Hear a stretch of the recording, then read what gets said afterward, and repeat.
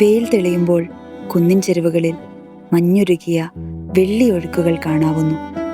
ഇന്നലെയുടെ കണ്ണീർ ചോലകൾ. അവൾ നോക്കി നിൽക്കെ നരച്ച ആകാശം തെളിഞ്ഞു. പതുക്കെ പതുക്കെ മലയോരത്തിൽ ഇളവയിൽ വരുന്നു. താഴ്വരയിലെ നടപ്പാതയുടെ വളവിലെ കൂറ്റൻ ബെർച്ചുമരത്തിന്റെ നനവുള്ള ഇലച്ചാർത്തുകൾ തിളങ്ങുന്നു. മഞ്ഞും മേഘവും കലർന്നു നിന്ന വിദൂരതയിൽ കൊടുമുടികളുടെ നരച്ച ശിരസുകൾ തെളിയുന്നു. ഓരോ മഞ്ഞുകാലവും വന്നു പോകുന്നതറിയാതെ ജീവിതമാകുന്ന കാത്തിരിപ്പിന്റെ ഒറ്റ ഋതുവിലേക്ക് തുന്നിച്ചേർത്ത വിമല. കുമയൂൺ കുന്നുകൾക്ക് താഴെ നൈനിറ്റാളിന്റെ താഴ്വരയിൽ മഞ്ഞിൽ പൊതിഞ്ഞ ഒരു പിടി കാത്തിരിപ്പുകളെ കോർത്തുവെച്ച നോവല. കാത്തിരിപ്പുന്നത് വെറുമൊരു വാക്കല്ല, ജന്മജന്മാന്തരമായി മനുഷ്യനെ ജീവിക്കാൻ പ്രേരിപ്പിക്കുന്ന ഒരു വികാരമാണ്. കാത്തിരിപ്പിന്റെ കയങ്ങളിൽ ആണ്ടുപോയ ചില മനുഷ്യരെ അത്രമേൽ തീവ്രമായി നോവലയിൽ അവതരിപ്പിക്കുന്നുണ്ട്. നൈനിറ്റാളിന്റെ പശ്ചാത്തലത്തിൽ വിമല എന്ന കേന്ദ്ര കഥാപാത്രത്തിലൂടെയാണ് മഞ്ഞ് സഞ്ചരിക്കുന്നത്. വിമല മാത്രമല്ല, മറ്റനേകം കഥാപാത്രങ്ങളും മഞ്ഞിലുണ്ട്.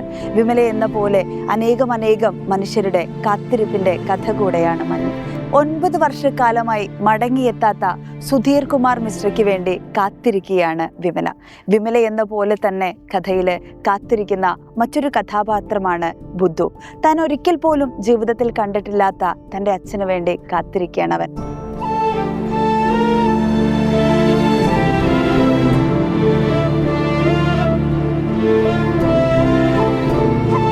അതേപോലെ നിഷേധിക്കപ്പെടുമെന്ന് ഉറപ്പുണ്ടായിരുന്നിട്ടും സ്നേഹത്തിനു വേണ്ടി കാത്തിരിക്കുന്ന സർദാർജിയും മഞ്ഞിലെ മറ്റൊരു പ്രധാനപ്പെട്ട കഥാപാത്രമാണ്.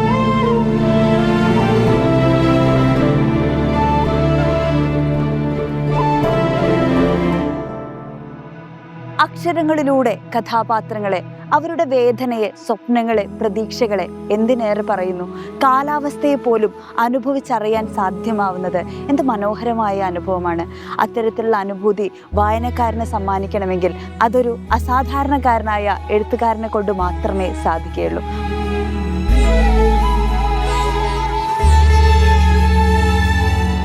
ആയിരത്തി 1964 എഴുതിയ മഞ്ഞെന്ന നോവല 62 വർഷങ്ങൾക്കിപ്പുറത്തും തലമുറകളെ തമ്മിൽ ബന്ധിപ്പിക്കുന്ന കണ്ണിയെ തുടരുക തന്നെയാണ്.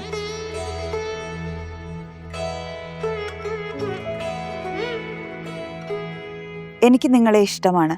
കാരണമൊന്നുമില്ല, പരിഭ്രമിക്കാനുമില്ല. വഴിയിൽ തടഞ്ഞു നിർത്തില്ല, പ്രേമലേഖനം എഴുതില്ല, ഒന്നും ചെയ്യില്ല.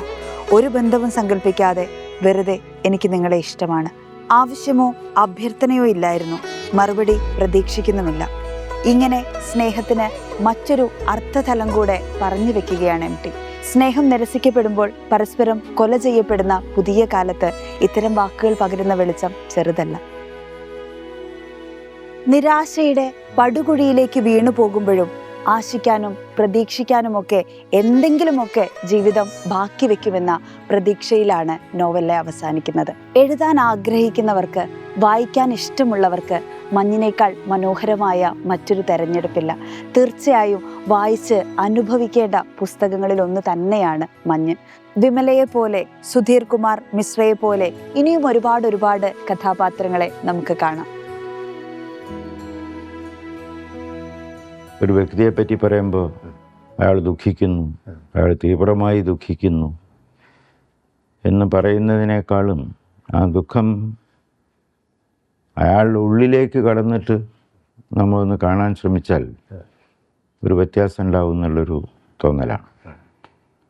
ഇപ്പോൾ ഈ നമ്മൾ മനുഷ്യനെ ശരിക്കും മനസ്സിലാക്കണം എന്നുണ്ടെങ്കിൽ അയാളുടെ ആന്തര വ്യാപാരങ്ങൾ മനസ്സിലാക്കണം. അയാളുടെ മനസ്സിനകത്തേക്ക് കടന്നാൽ കുറേ കൂടി നമുക്ക് മനസ്സിലാവും. ഇപ്പോൾ പുറമേ നിന്ന് നമ്മൾ കാണുന്ന ചിരിക്കുന്ന ഒരാൾ, കരയുന്നു, രോഷം കൊള്ളുന്നു, എന്തുകൊണ്ട് എന്നുള്ളൊരു ചോദ്യമുണ്ട്.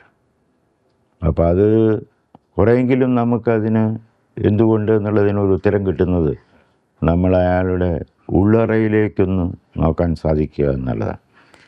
അപ്പോൾ അതുകൊണ്ട് പതുക്കെ ഈ ഇവരുടെ മാനസിക വ്യാപാരങ്ങളിലേക്ക് പ്രവേശിച്ചുകൊണ്ട് അവിടെ നടക്കുന്നത് എന്തെന്ന് അപഗ്രഥിക്കാനുള്ളൊരു ശ്രമം നടത്തണമെന്ന് എനിക്കൊരു തോന്നലുണ്ടായിരുന്നു.